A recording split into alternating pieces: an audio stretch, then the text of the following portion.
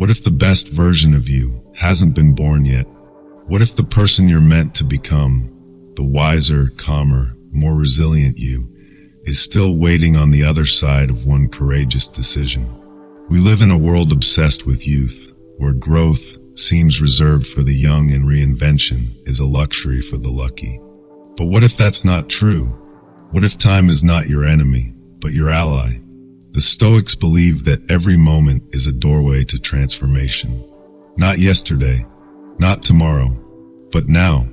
You have power over your mind, not outside events. Realize this, and you will find strength. Marcus Aurelius wrote those words not as a philosopher detached from life, but as a man tested by it, an emperor who understood that the real battle is always within. This isn't just about self-improvement. This is about reclaiming the author's seat in your own story. Whether you're 30, 50, or 70, the ink is still wet, and the next chapter can be your greatest yet. In this video, we'll uncover 10 timeless Stoic lessons that reshaped my life and can reshape yours. If you've ever felt stuck, too late to start, or too tired to try again, stay with me, because what you're about to hear might just change everything. Let's begin with Lesson 1, the power of the present moment. Lesson 1, the power of the present moment. You could leave life right now. Let that determine what you do, say, and think. Marcus Aurelius. We often live like we have all the time in the world. We dwell on the mistakes of yesterday, or get lost in the anxiety of tomorrow. But the truth is, all we ever really have is now. Have you ever caught yourself replaying a moment from years ago, something you said or didn't say, wishing you could rewrite it? Or maybe you've looked ahead with fear, unsure of what the future holds, paralyzed by what might happen. That's the human condition. But the Stoics invite us into a radically different perspective, to live not in regret or worry, but in presence. Seneca wrote, "True happiness is to enjoy the present without anxious dependence upon the future." To the Stoics, time isn't a linear path we must rush through. It's a mosaic of fleeting nows, each one offering us a choice, a new beginning. It doesn't matter how old you are or how many times you've fallen short. What matters is what you choose to do with this moment. Right here, right now. This isn't philosophy for philosophers. It's a lifeline for anyone feeling stuck. Whether you're 25 or 65, the present is the only place you hold power. You can choose to begin again. You can choose to unlearn an old habit. You can choose to take the first step on a path you thought was closed. Here's how you can begin living this lesson today. Practice morning mindfulness. Each morning, before the chaos begins, sit in stillness. Focus on your breath. Let go of the past. Don't reach for the future. Just breathe and be. Let that be your anchor. Speak an intention out loud. Say to yourself, today is a fresh page. I choose growth. I choose presence. Make this your quiet act of rebellion against distraction and regret. Do one small thing that moves you forward. Read one chapter. Walk for 10 minutes without your phone. Cook something nourishing. Learn a new word in a foreign language. It doesn't need to be grand. It just needs to be done, here, in the now. Why does this matter? Because each day is a blank page in your life's book, and you're the one holding the pen. Most people live as if the next chapter is guaranteed. The Stoic lives like today might be the final entry. And from that place, they write with clarity, purpose, and presence. So if you're waiting for the right time to change, grow, or begin again, this is it. This moment. Right now. And if you think this lesson ends here, think again, because in Lesson 2, we're diving into the crucible of all personal growth. How to stay strong when life gets hard. And trust me, you won't want to miss that. Lesson 2, Resilience in Hard Times. The obstacle to action advances action. What stands in the way becomes the way. Marcus Aurelius. Have you ever wondered if your pain would be the thing that breaks you? Have you ever whispered into the dark, Why is this happening to me? As if life should somehow be fairer, gentler, kinder? But life does not pause for your readiness. It doesn't ask for permission before it throws you into the fire. It tests you, not to destroy you, but to see what you're made of. The Stoic doesn't flinch at suffering. He doesn't romanticize it either. He accepts it as a forge. Because in fire, you don't just burn, you're reforged. When the wind rises, the tree has two choices: break or root itself deeper. So what is resilience? It's not pretending you're fine. It's standing tall when everything within you wants to collapse. It's moving forward, fractured, tired, afraid, but still moving. It's choosing courage not because you feel strong, but because giving up is not an option. Marcus Aurelius didn't write philosophy from a pedestal. He wrote from the front lines of war, during plagues, betrayal, and grief. He didn't pray for peace, he practiced strength.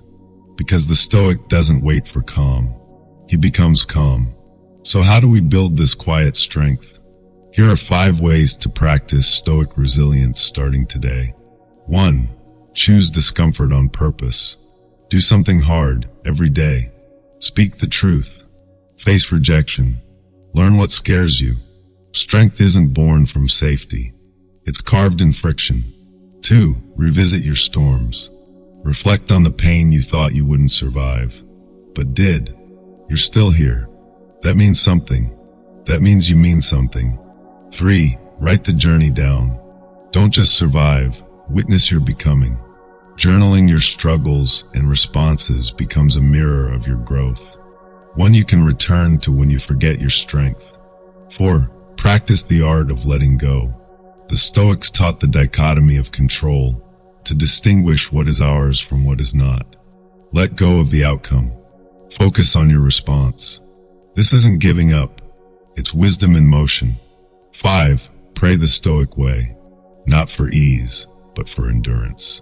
Not for the storm to pass, but for the strength to walk through it with your head held high.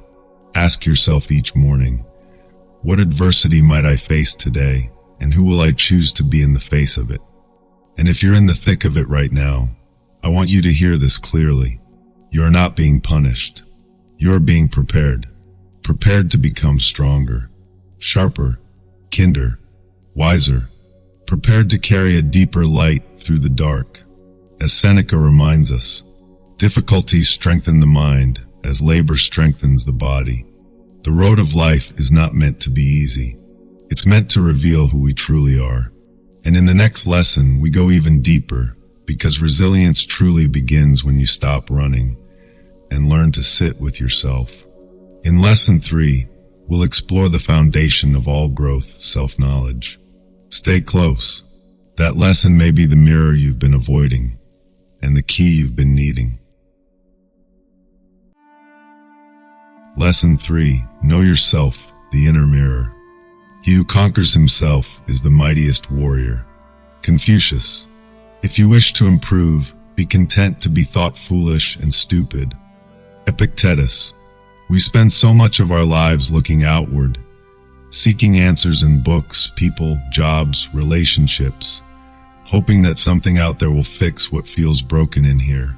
But what if the path forward doesn't begin with more knowledge, but with deeper self-awareness? The Stoics believe that the root of all strength, wisdom, and resilience lies in knowing yourself. Not the version you show the world, but the raw, unfiltered you, the one you meet in silence, the one you avoid when distractions fade. Because if you don't understand the voice inside, you'll be controlled by every voice outside. Marcus Aurelius' meditations weren't meant for anyone else. They were letters to himself, honest, brutal, tender, a daily mirror. That's Stoic self-inquiry, not judgment, but clarity, not shame, but direction. So let me ask you, when was the last time you truly sat with yourself, not to critique or fix, but simply to understand? Here are 5 practices to begin that journey inward. 1. Daily self-reflection. Set aside 5 minutes each evening. Ask yourself, did I act in alignment with my values today? What triggered me, and what does that say about me? This isn't therapy. It's soul hygiene. 2. Pause before you react. When emotion surges, anger, jealousy, fear, don't obey it blindly. Pause. Breathe. Ask, is this who I want to be? You are not your impulses. You are the awareness behind them. 3. Ask for honest feedback. Invite someone you trust to reflect you back to yourself. What patterns do they see? What blind spots are you missing? Real growth begins when ego steps aside and truth steps in. 4. Read to discover, not just to consume. Read philosophy not just for answers, but for mirrors. Let Seneca, Aurelius, Epictetus reveal your own contradictions, strengths, and fears. Don't just read them. Let them read you. 5. Practice the Stoic view from above. Imagine looking down at your life from a great height. From that distance, what really matters? What grudges, fears, or ambitions lose their power?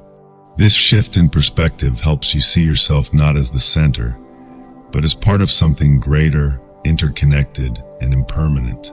Self-knowledge isn't about perfection. It's about direction. It's not about fixing yourself.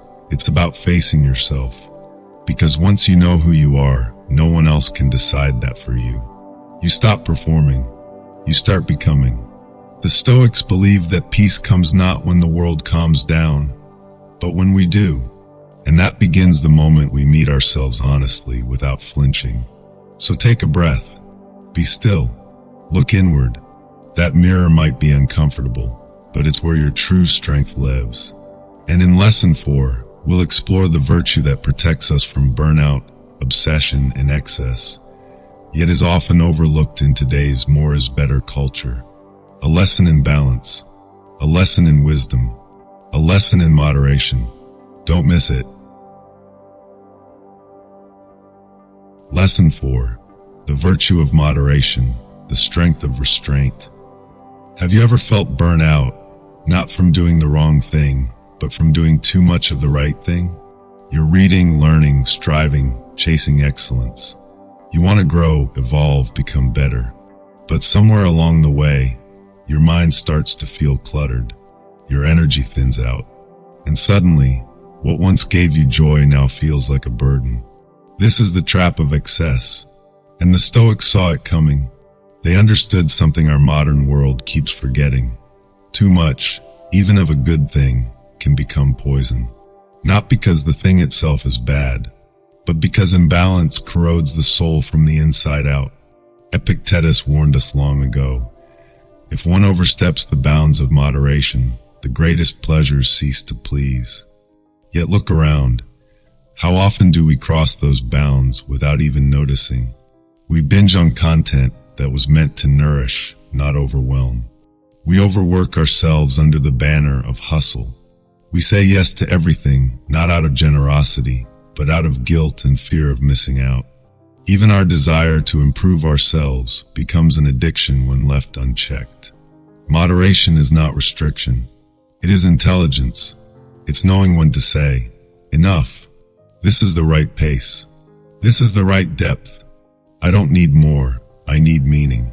Think of it like music. Without pauses, silence, and breath, even the most beautiful melody turns into unbearable noise. Temperance is that pause, that breath, that knowing when to let go of more, so you can hold on to what truly matters. Let's make this real. You've been diving into books, philosophy, psychology, self-help, page after page, hour after hour. But are you remembering any of it? Are you applying even one core idea?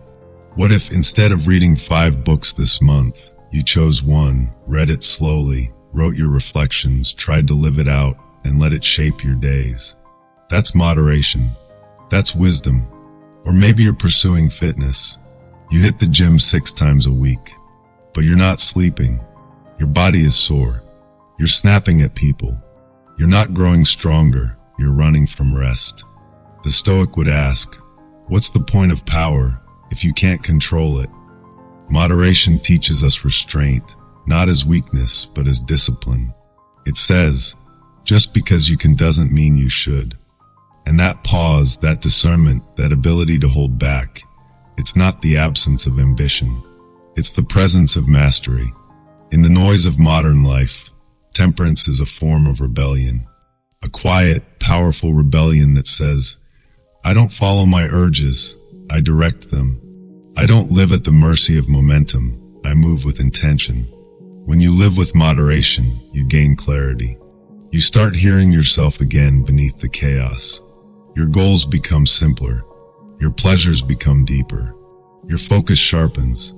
And most of all, you stop scattering your energy across 1,000 directions and begin pouring it into the few things that truly matter. Because in the end, a well-lived life is not measured by how much we chased, but by how well we chose. In the next lesson, we'll explore a virtue that amplifies everything you already have without needing to acquire more. A shift in mindset so simple, yet so profound, it can reshape how you wake up tomorrow. We're talking about gratitude, and it might just be the medicine your soul has been needing all along. Lesson 5, The Art of Gratitude, Seeing Clearly, Living Fully. What if everything you've been searching for is already in your hands? Not someday, not somewhere, but right here, right now. You see, we often think that peace, joy, or clarity will arrive after some future achievement, when we get the job, the money, the love, the freedom, the breakthrough. But the Stoics would ask, and until then, will you postpone living? Gratitude isn't just about saying thank you. It's about seeing clearly. It's a lens, a way of looking at the world that transforms what we have into more than enough. Seneca wrote, "Nothing is more honorable than a grateful heart." Not because it's polite, but because a grateful heart sees reality for what it is, not through the fog of comparison, entitlement, or expectation, but with clarity, presence, and awe. Gratitude doesn't wait for things to be perfect. It simply notices what already is. That morning sunlight on your kitchen wall, the breath moving through your body, steady and unnoticed. The friend who checks in, the book that made you think, even the pain that taught you what strength really means. The Stoics taught that we should not only be grateful for what is pleasant, but even for what is difficult. Because everything that happens, everything can serve our growth if we choose to see it that way. Don't curse the fire, Epictetus might say. Be grateful for the forge it gives you. So how do we practice gratitude? Not as a passing emotion, but as a daily discipline. You begin with attention. Instead of rushing through your morning, pause and notice, what do I have right now that I used to pray for? Instead of chasing the next thing, ask, what is already here that I'm overlooking? Start a simple ritual. Each evening, write down 3 things you appreciated that day. They don't need to be profound. In fact, the smaller the better. Gratitude thrives in the ordinary. It hides in the unnoticed. It grows in the quiet. And when hardship comes, and it always will, train yourself to ask, what is this moment teaching me? That shift in perspective turns wounds into wisdom and setbacks into stepping stones. Gratitude softens the grip of fear. It silences the noise of not enough. It roots you in reality and brings you back to life. Because here's the truth most of us forget. The more grateful you are for what you already have, the more available you become to what life wants to give you next. Gratitude isn't the opposite of ambition. It's the fuel that makes your ambition sustainable. It keeps you grounded while you grow, humble while you rise, present while you dream. So the next time you feel lost, unfulfilled, or behind, stop, breathe, look around. You're not behind. You're exactly where you are meant to be. And from this place of enoughness, you can move forward with clarity and power. In Lesson 6, we'll take this presence even deeper. Because being grateful is one thing, but living fully in the present moment, no matter what's happening, that's an entirely different kind of mastery. Let's talk about mindfulness, the Stoic way. Lesson 6, Stoic Mindfulness, Living with Presence. You're here, but are you really here? Your body sits in the room, but your mind, It's running laps through yesterday's regrets or tomorrow's unknowns. You're scrolling, thinking, reacting, planning, performing. But living? That's something else entirely. The Stoics knew this.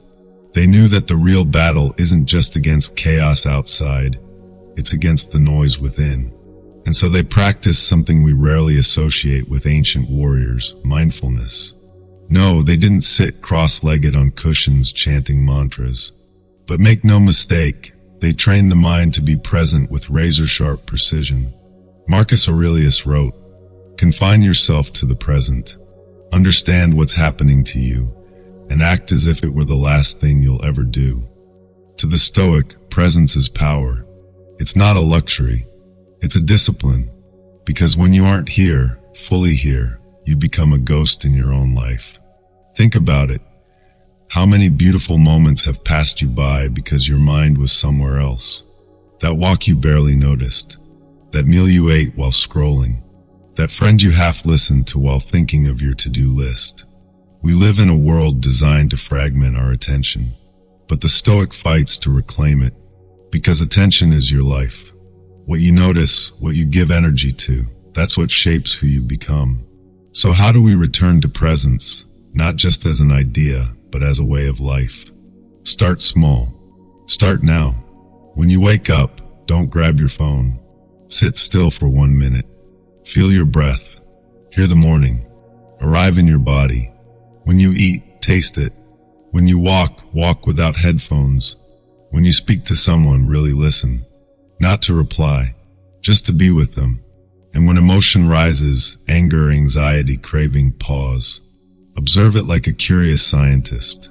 Don't judge. Don't suppress. Just see. That seeing, that space, is the beginning of freedom. The Stoics called it prohairesis, your capacity to choose your inner response, regardless of the outer storm. Mindfulness strengthens that choice. It's what lets you hear the insult, but not absorb it. Feel the fear, but still act. Face the grief, but not be drowned by it. In a world of reaction, mindfulness is resistance. In a life full of noise, mindfulness is remembering. Remembering that this moment is all you ever truly have. And it's in this moment, not the past or the future, where your peace lives. Your wisdom lives. Your power lives.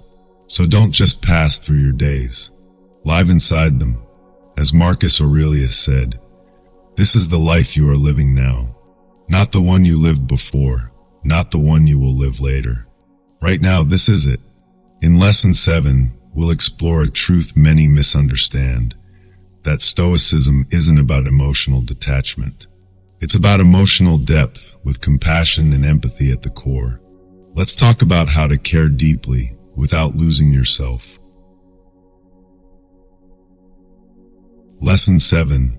Compassion and empathy, the strength to care without losing yourself. Stoicism is often misunderstood. People think it means being cold, detached, emotionally numb. They picture a Stoic as someone who doesn't feel, who simply endures. But that's not Stoicism. That's suppression. True Stoicism is not about building walls. It's about building depth, emotional clarity, not emotional denial. And at the heart of that depth is compassion.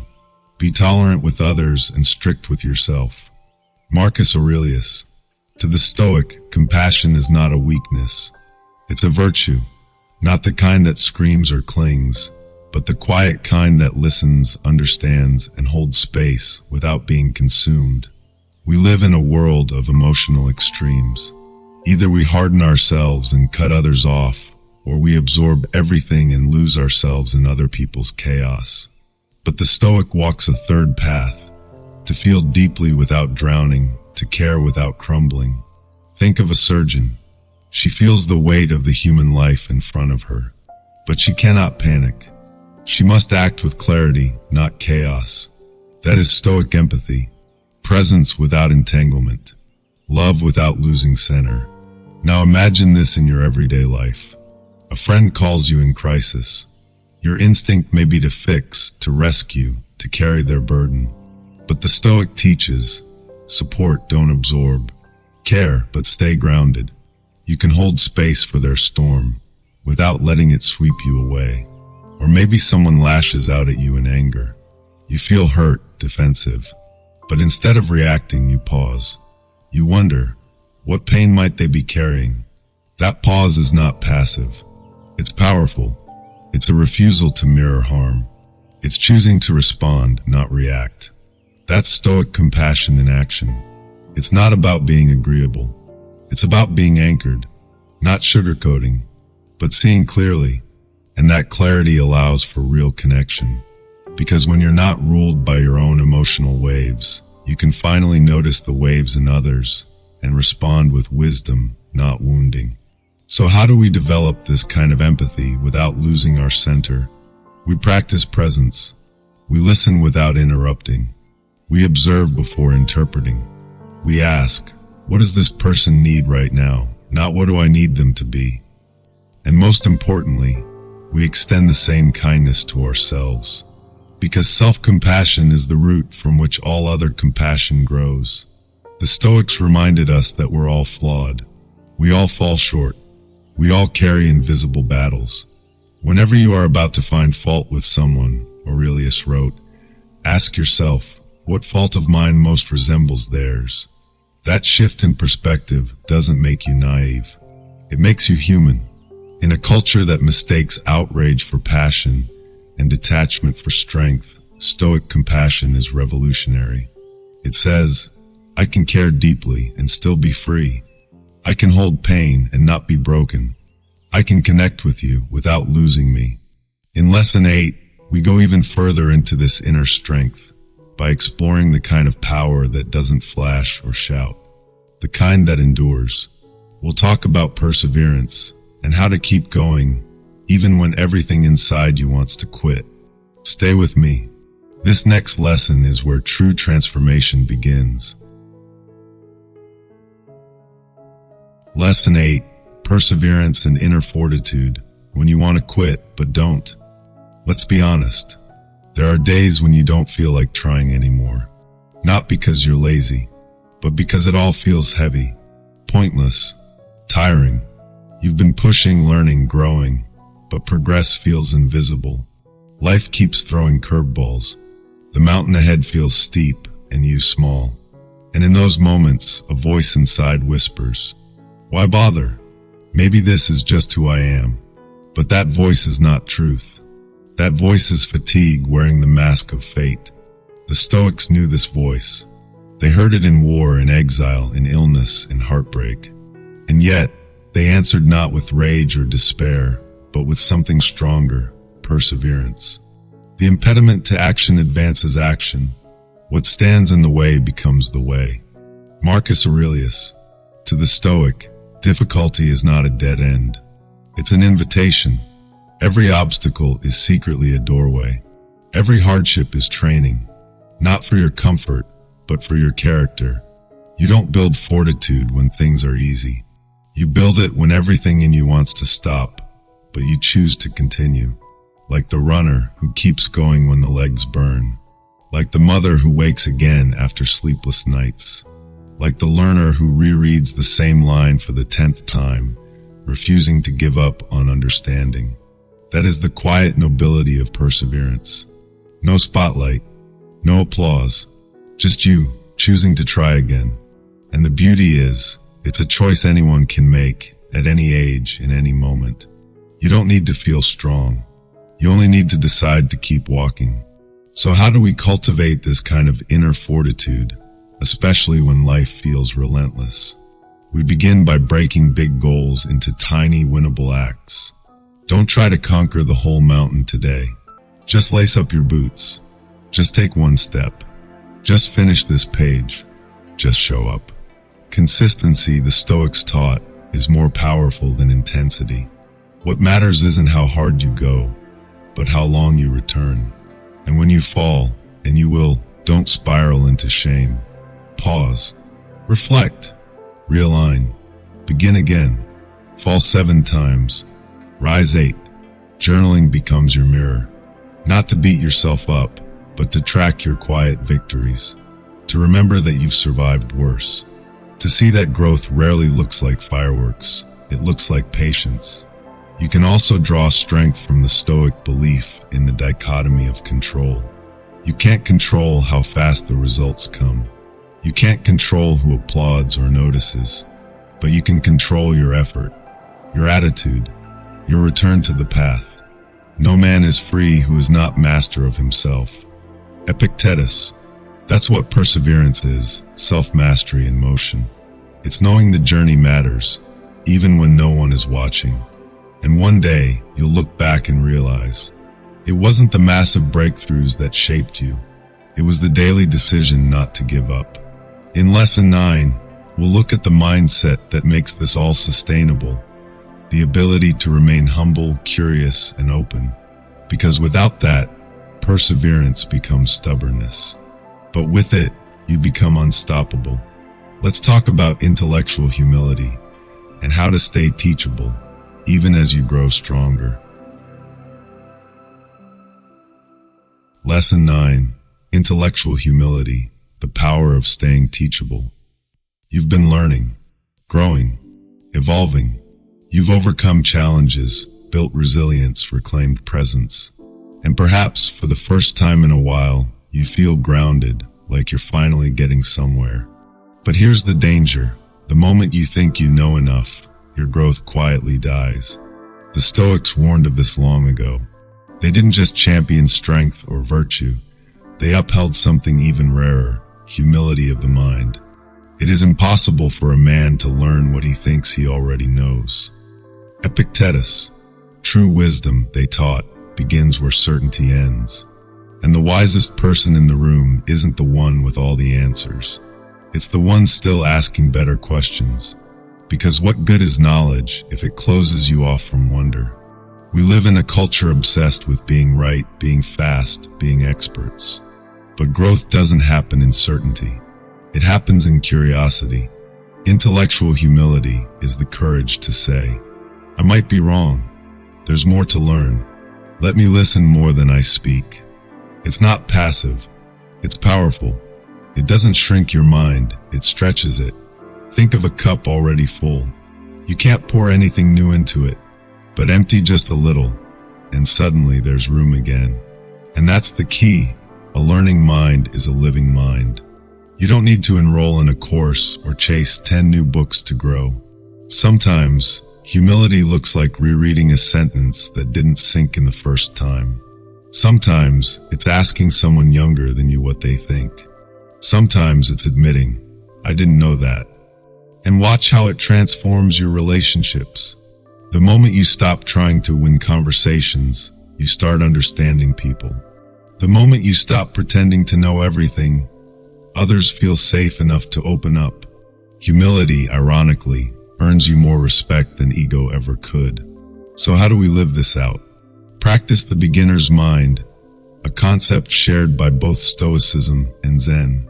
Approach every situation, no matter how familiar, as if seeing it for the first time. Let go of I already know this. Replace it with, what else might be here? Ask better questions. Instead of debating someone, ask them, what led you to that belief? Instead of proving a point, ask yourself, what am I missing? Keep a learning journal. Not just what you read, but what you realized. The questions you're holding. The patterns you're noticing in yourself. Surround yourself with people who challenge your thinking, not just echo it. And most of all, celebrate the gaps in your knowledge. Because those gaps are where transformation lives. The Stoics never claimed to be perfect. In fact, that's why their wisdom remains timeless. They were students of life until the very end. I know nothing except the fact of my ignorance. Socrates. Let that be your mantra, too. Because when you stay teachable, you stay alive. And when you stay humble, life keeps whispering new truths into your ear. Truths that arrogance can never hear. In our final lesson, we'll explore the virtue that ties everything together. The ability to accept change, release control, and flow with life as it is, not as we wish it to be.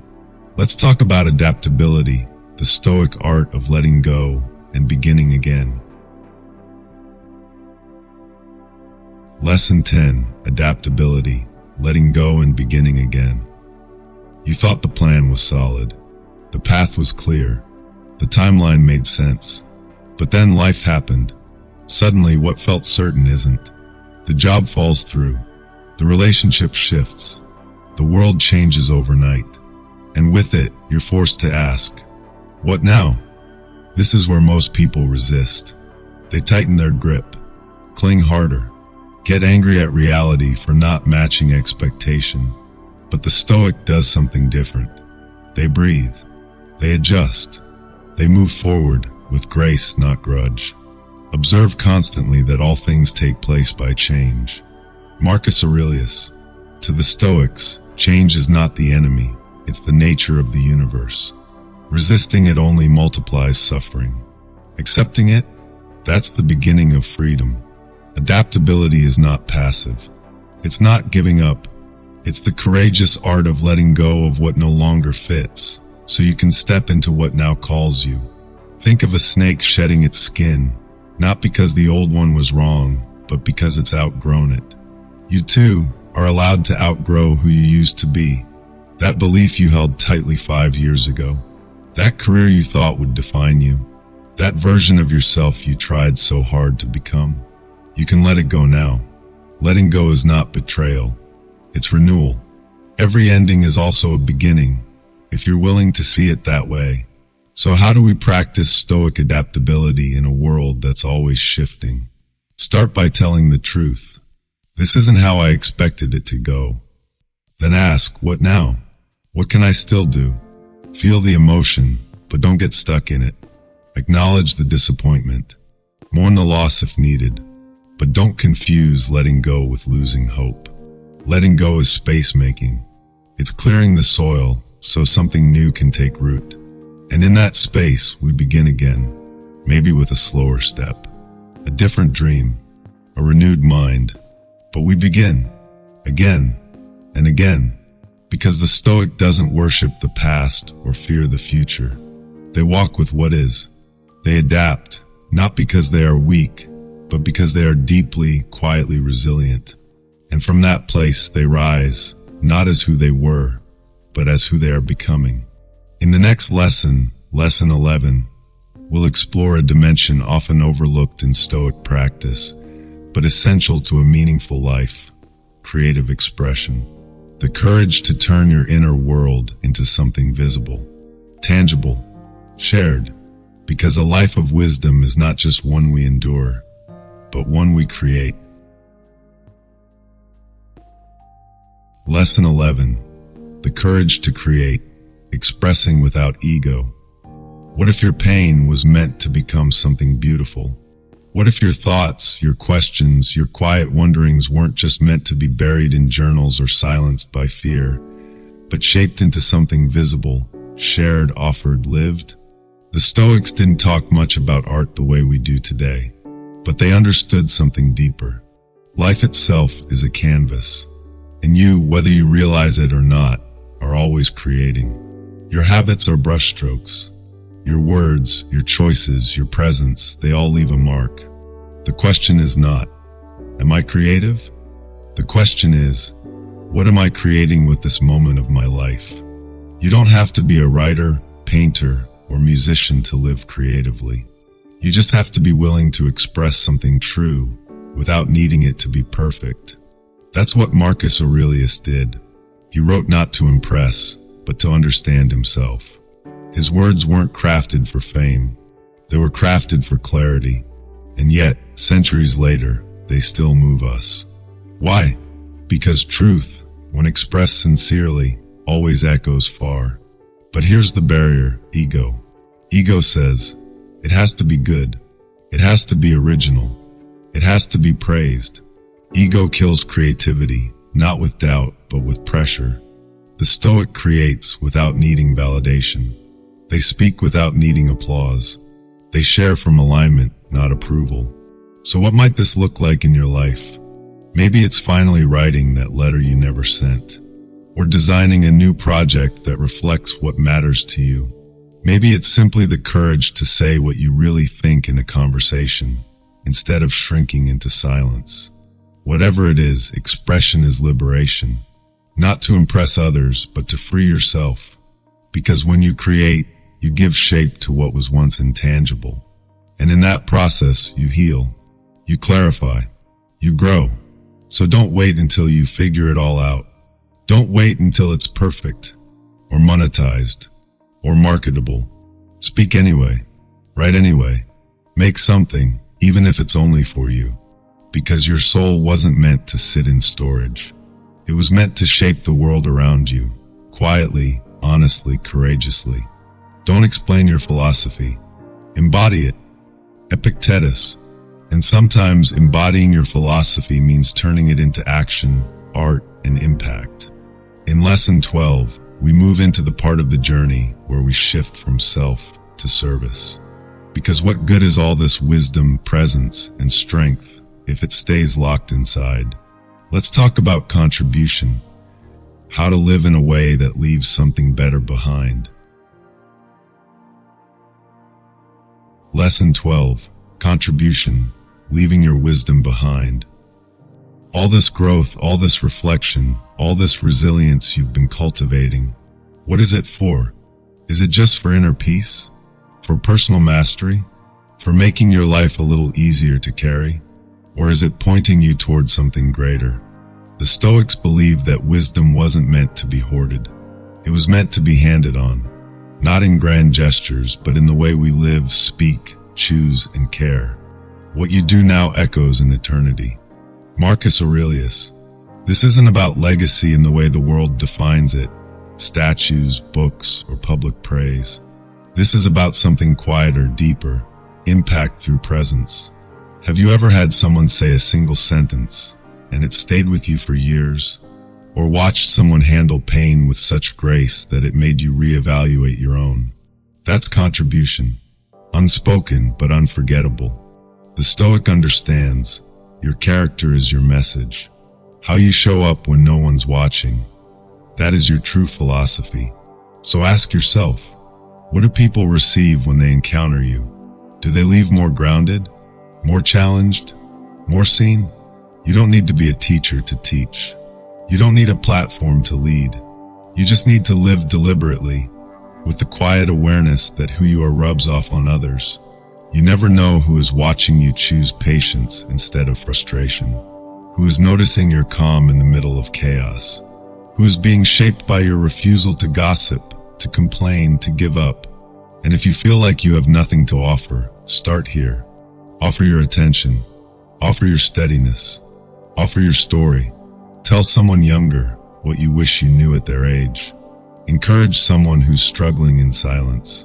Or simply model what it looks like to be present in a distracted world.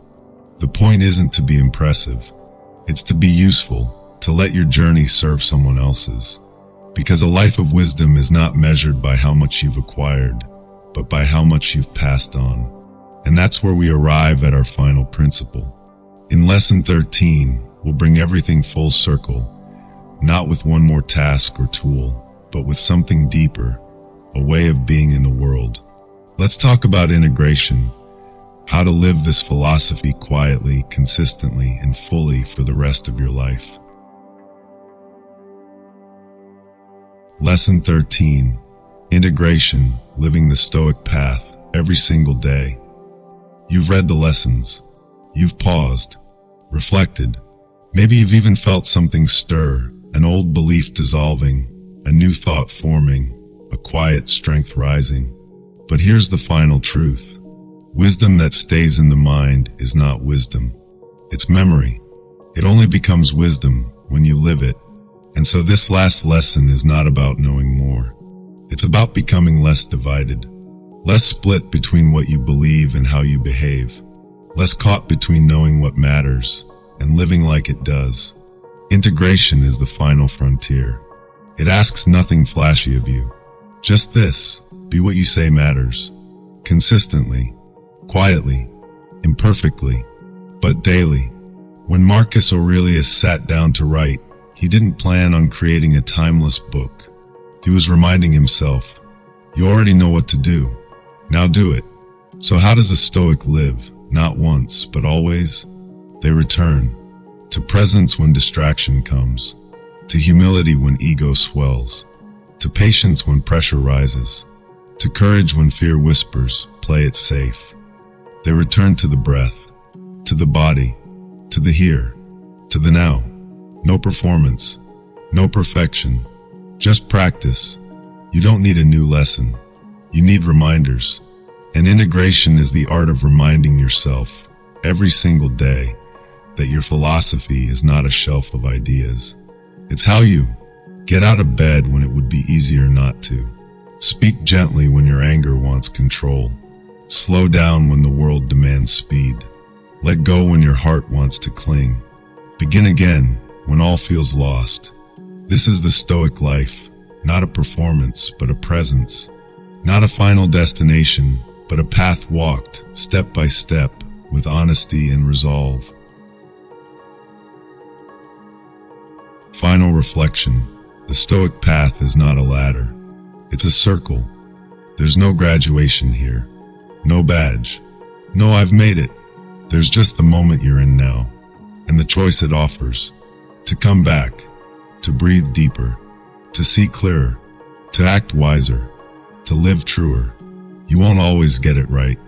You'll forget, fall, react, doubt. But if you've learned anything from these 13 lessons, let it be this. You can always return. Return to presence. Return to what matters. Return to the quiet voice within that says, I am not here to win. I am here to live wisely and well. So take these lessons, make them yours. Not as rules to obey, but as rhythms to live by. Let them shape your mornings, your reactions, your relationships, your inner life. And if you ever wonder whether this journey is worth it, remember, don't waste time debating what a good person should be. Be one. Marcus Aurelius. Thank you for walking this path.